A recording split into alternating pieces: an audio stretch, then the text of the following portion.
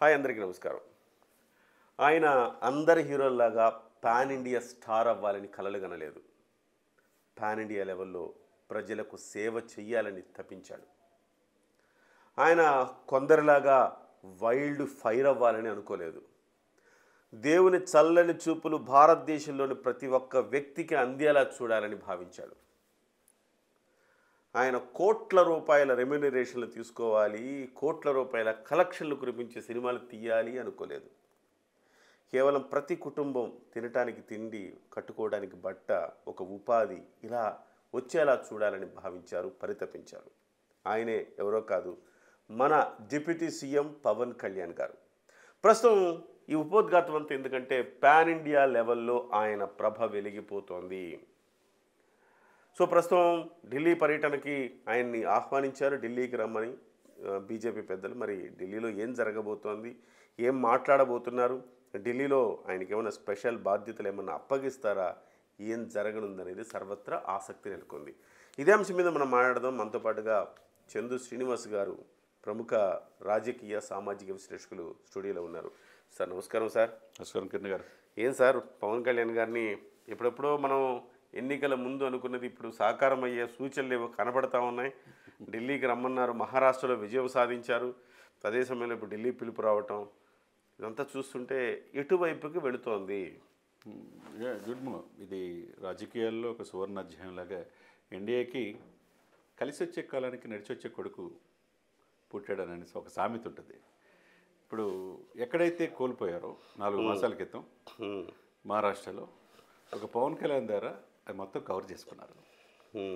30 సీట్లు కాంగ్రెస్కి వచ్చి, కాంగ్రెస్ కూటమికి 17 సీట్లు మాత్రమే మహాయతి కూటమికి వచ్చింది 4 నెలల క్రితం. ఈ 4 మాసాల్లో కంప్లీట్ చేంజ్. ఎవరు ఊహించలా. సర్వేలు కూడా అందుబట్ల 288 స్థానాలకు కాను ఎన్ని వచ్చినాయి మీకు తెలుసు. కాంగ్రెస్ కుదేలైపోయింది. ప్రధాన ప్రతిపక్ష హోదా కూడా లేకుండా పోయింది. ఇక్కడ వైసీపీ ఎలా అయితే ఆంధ్రప్రదేశ్లో ప్రధాన ప్రతిపక్ష హోదా కూడా లేకుండా పోయిందో, అక్కడ సుదీర్ఘమైన 6 దశాబ్దాలు 7 దశాబ్దాలు అని చెప్పుకునే కాంగ్రెస్ పార్టీ నామరూపాలు లేకుండా పోయింది. ఈరోజు దేశంలో 13 జిల్లాల్లో 13 రాష్ట్రాల్లో బీజేపీ ప్రభ వెలిగిపోతుంది. ఆ సేతు హిమాచలం 3 రాష్ట్రాల్లో మాత్రమే బొటాబొటో మెజార్టీతో కాంగ్రెస్ ఉంది. అంటే ఇక్కడ ఇటువంటి పరిస్థితులకి కారణం ఎవరు అంటే ఈ ఎన్డీఏకి ఒక మీరన్నట్టు ఒక ట్రబుల్ షూటర్గా, ఒక పాన్ ఇండియా వ్యక్తిగా ఆయన ఎప్పుడు సమాజాన్ని చదువుకున్నాడు తప్పితే పెద్దగా చదువుకోలే. ప్రజల ఉదయాల్లో ఎప్పుడు చిరస్థాయిగా ఉండిపోవాలనుకున్నాడు. తన చనిపోయే లోపు ఈ సమాజానికి మంచి పని చేసి మంచి భారతదేశాన్ని, మంచి స్వేచ్ఛాయుతమైన దేశాన్ని అందించాలని కోరుకున్నాడు. కాబట్టి మీరు అన్నట్టు అతను స్వార్థం లేదు, డబ్బు సంపాదించాలని యావే లేదు. ఈ దేశానికి సేవ చేయాలి, 10 మంది బాగుండాలి, వాళ్ళ కళలో ఆనందమే. అటువంటి రాజకీయ నాయకుని కిరణ్ గారు మీరైనా నేనైనా ఎవరిని చూడాల. మనం కూడా చాలామంది ముఖ్యమంత్రులు చూసాం, చాలామంది నటులను చూసాం, మహానటులుగా భావించే వాళ్ళు చూసాం, విర్రవీగే వాళ్ళని చూసాం. కాలగర్భంలో వాట్ ఈజ్ వాట్ అనేది మనం చూస్తూ ఉన్నాం. పక్కన పెడితే ఎప్పుడు ప్రాపకం పోల, పేరు కోసమో ప్రతిష్ట కోసమో తన సొంత వ్యాపారాల కోసమో అపాయింట్మెంటు పొంది ఎప్పుడు నేషనల్ మీడియాలో ఉండేట్టుగా మోదీ గారి అపాయింట్మెంటు లేకపోతే అమిత్ షా అపాయింట్మెంట్ కోరుకోలే. వాళ్ళు పిలిస్తే కానీ వెళ్ళడు. మిగతా వాళ్ళు అలా కాదు, ఎప్పుడు అపాయింట్మెంట్ దొరికిద్దని ఎదురు చూసి 2-3 రోజులు ఉండే పరిస్థితి.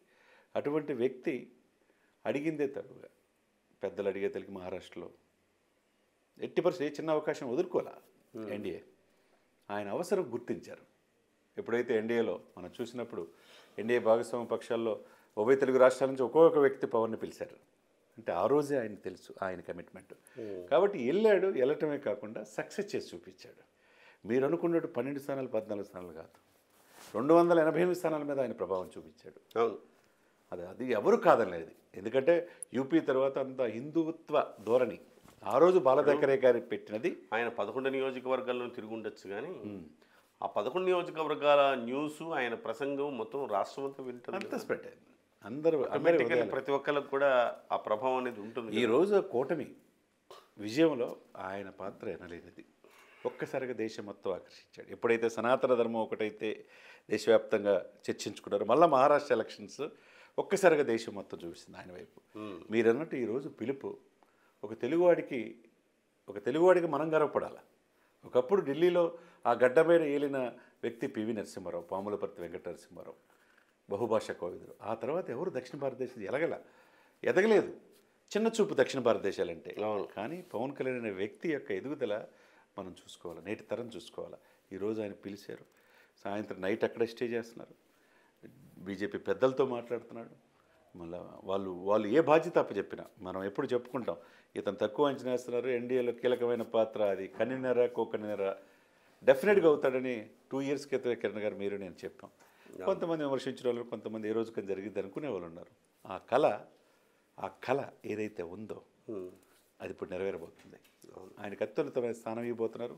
అందులో ఈ నైట్ స్టే చేసిన తర్వాత ఢిల్లీలో రేపు పెద్దలందరితో కలిసి రేపు మహారాష్ట్ర ప్రమాణ స్వీకారం కూడా, మహారాష్ట్ర చీఫ్ మినిస్టర్ ప్రమాణ స్వీకారం కూడా ఆయన వెళ్ళబోతున్నాడంటే ఎంత విశ్వాసమిత్రుడిగా పవన్ కళ్యాణ్ ఎదిగారో మనం చూసుకోవచ్చు. కరెక్ట్. సో ఇప్పుడు అంటే ఆయన మహారాష్ట్రలో అనుకోకుండా, వాస్తవానికి మహారాష్ట్రలో అనేది ఆయన పాత్ర తక్కువే అయినా కానీ ఆయన 100% ఆయన పాత్రను అక్కడ పోషించారు. ఆ స్ట్రైక్ రేట్ సాధించారు. 288 నియోజకవర్గాల్లో కూడా ఎంతో కొంత ప్రభావం అయితే చూపించగలిగారు. ఆ తర్వాత ఆయన అక్కడికే పరిమితం చేయకుండా మొత్తం దక్షిణ భారతదేశం మొత్తం నెక్స్ట్ రాబోయేది తమిళనాడు నెక్స్ట్ టార్గెట్ కావచ్చా? 100% అండి. తమిళనాడు ఆల్రెడీ తమిళనాడు వైపు ఒక్కసారి ఉదయనాథ్ని ఎప్పుడైతే ప్రశ్నించాడో అప్పుడే దేశవ్యాప్తంగా ఒక చర్చకి దాదేశాడు. దానికి కౌంటర్ వేసేవాడు కూడా లేరు. పవన్ కళ్యాణ్ గారి మాట, నాకు పార్టీ కాదు, జనసేన పార్టీ కాదు, నా పదవి పక్కన పెట్టండి, హిందూ సనాతన సంప్రదాయం నా ఎజెండా అన్నాడు. దీన్ని ముందుకు తీసుకెళ్తానికి నేను చనిపోయే దాకా పోరాడతా అన్నాడు. అంటే ఎంత గట్స్ ఉండాలా? కుహనాల లౌకికవాదుల ముసుగులో ఈ కులానికి ఇంపార్టెన్స్ ఇస్తే మిగతా ముస్లిమ్స్ ఏమనుకుంటారు, క్రిస్టియన్స్ ఏమనుకుంటారు, మా ఓటు ఎక్కడ పోద్దని ఓటు బ్యాంక్ రాజకీయాల్లో అవుట్ రైట్గా నిలబడ్డాడు. చూసారా, 100 కోట్ల మంది మనసు గెలుచుకున్నాడు. తమిళనాడులో ఇప్పుడు అన్నామలై ద్వారా కొంత పుంజుకుంది. ఆ తర్వాత మొన్న వాళ్ళు ప్రయత్నం అయితే చేశారు కానీ గెలవలేకపోయినా ఇప్పుడు ఏఐడిఎంకి రేపు ఏంటంటే మీకు మహారాష్ట్రలో 10% ఒకవేళ ఆయన ప్రభావం అనుకుంటే, ఇక్కడ తమిళనాడులో దాదాపు 50% ప్రభావం ఉంటుంది ఆయన. ఎందుకంటే దాదాపుగా 1,92,00,000 మంది ఏమో జనం ఉన్నారట. మహారాష్ట్రలో 1,15,00,000 మంది సార్. అంటే అక్కడ ప్రభావితం 30-40 కాన్స్టిట్యున్సీలు చేస్తే ఇక్కడ 1,80,00,000 దాకా తమిళనాడులో ఉన్నారు. అంటే దాదాపు దానికి డబల్ అనమాట. అంటే 80 నియోజకవర్గాల తెలుగు వాళ్ళు గెలుపోవటంలో వాళ్ళ చేతిలో ఉంటాయి. అందులో ద్రవిడ భావజలంతో ఉంటారు, మేమే అతిథులు అనుకుంటారు, సపరేటు ఇదిగా భావిస్తారు. అటువంటి ఇదిలో సనాతన సంప్రదాయాన్ని ఒక లేవనెత్తుకున్న అంశాన్ని భుజానికి ఎత్తుకొని రేపు తమిళనాడులో కూడా కీలకమైన పాత్ర పోషించారు. సార్ ఇప్పుడు జాతీయ స్థాయిలో ఆయనకి పదవి ఇవ్వడంలో ఆంతర్యం ఏంటి? అంటే జాతీయ స్థాయిలో ఏదో ఒక పదవి ఇద్దామంటున్నారు కదా, పదవి ఉన్నా లేకపోయినా ఆయన తిరుగుతారు కదా, ఎక్కడ కావాలంటే అక్కడ తిరిగి పని చేస్తారు. ఆ పదవి ఇవ్వడంలో ఆంతర్యం ఏంటి? అంటే భవిష్యత్తు నిర్మాతగా ఆయన్ని చూస్తున్నారు వాళ్ళు. భవిష్యత్తు భారతదేశానికి ఒక చుక్కానిలాగా ఆయన్ని చూస్తున్నారు బీజేపీలో, ఎన్డీఏ కూటమిలో. ఫ్యూచర్లో విధానపరమైన నిర్ణయాలు కావచ్చు, ప్రముఖ పాత్ర పోషించే వాళ్ళు ఒక 4-5 ఉంటే ఈ దేశంలో పవన్ కళ్యాణ్ ఒక వ్యక్తిగా ఎమర్జ్ అయిపోయాడు. కాబట్టి ఆయన తమిళనాడే కాకుండా ఇప్పుడు మహారాష్ట్ర సక్సెస్ చూపించాడు, తమిళనాడులో చూపించబోతాడు నెక్స్ట్. తర్వాత కర్ణాటక ఎలక్షన్ కావచ్చు, రేపు జిహెచ్ఎంసీ స్థానిక ఎలక్షన్స్లో కూడా హైదరాబాద్లో బీజేపీతో కలిసి అత్యంత విశ్వసనీయ సమాచారం ప్రకారం ఎప్పుడైతే హిందూ కట్టర్గా భావించే సంజయ్ని ఎక్కడైతే పక్కన పెట్టారో అప్పుడు బీజేపీ తగ్గింది. లేకపోతే 47 కార్పొరేటర్లు గెలిచారు. అప్పుడు తృణప్రాయంగా జనసేన పోటీ చేసే కార్పొరేటర్లు కూడా విత్డ్రా చేసుకున్నారు మోదీ గారి పిలుపు మేరకి. వీళ్ళిద్దరు కలిసి పోటీ చేయబోతున్నారు. కానీ ఇక్కడ సంజయ్ గారే గతంలో పవన్ కళ్యాణ్ గారిని వారించారు. ఆయన రాకని సంజయ్ గారు ఇష్టపడలేదు. సంజయ్ గారే మెయిన్గా ప్రధానమైన అడ్డంకి పవన్ కళ్యాణ్ గారికి అనే మాట గతంలో విన్నాం. ఈసారి సంజయ్ గారికి అవన్నీ పక్కన పెట్టి కలిసి ముందుకెళ్లాలని నిర్ణయం. 100% సార్. పవన్ కళ్యాణ్ గారు ఎప్పుడు స్నేహస్తం అందించడానికి రెడీగా ఉంటారు సార్. కానీ సంజయ్ గారే పవన్ కళ్యాణ్ గారిని రానియకుండా గతంలో చేశారంటే ఒక ఆరోపణ. అంటే ఆరోపణ మాత్రమే తప్పితే అది నిజం కాదు. ఎందుకంటే అది మనం చూడాల. సంజయ్ గారు ఒక మాట ఫోన్ చేసి కూడా ప్రచారానికి రమ్మని లేదనే ఒక మాట బాధ జనసేన శ్రేణులు స్వయంగా చెప్పినాయి. కానీ అతను తెలుసుకున్నాడు కదా. ఇప్పుడు అదే సంజయ్ ఇప్పుడు ప్రమాణ స్వీకారం వచ్చినప్పుడు కూడా ఆంధ్రప్రదేశ్ వచ్చాడు కదా. ఓకే, ఆయన కూడా దగ్గరుండి వెనక రోల్లో ఉండి చిరంజీవి గారు వెనకుండి అప్రిషియేట్ చేశాడు కదా. ఈ దేశానికి మంచి నాయకుడు అన్నాడు కదా. మొన్న మహారాష్ట్ర ఎలక్షన్ అయిపోయిన తర్వాత కూడా నిన్న చెప్పాడు కదా పవన్ కళ్యాణ్ గారి పాత్ర చాలా ఉందని. అంటే అక్కడ ఎందుకు పవన్ కళ్యాణ్ గారి యొక్క పాత్రని, ఆయన స్థాయిని, ఆ స్టామినాని గుర్తించాడంటారు బండి సంజయ్ గారు. 100% గుర్తించారు. 100% గుర్తిస్తారు. ఇక్కడ ఏంటంటే ఒకప్పుడు తెలంగాణ అంటే ఈ భావజాలం ఇది అయిపోయింది. 2 సార్లు అన్నది చూశారు. ఇప్పుడు దేశ సుస్థిరత Hyderabad fastest growing city, second capital of ఇండియాగా మారబోతుంది హైదరాబాద్. కాబట్టి రాష్ట్రపతి విడిది కూడా ఇక్కడే. అక్కడ పొల్యూషన్ అయ్యి ఢిల్లీ అతలాకుతలం అయిపోతుంది, కృత్రిమ వర్షాలు కురిపించాలనే ఇదిలోకి వెళ్ళిపోతున్నారు.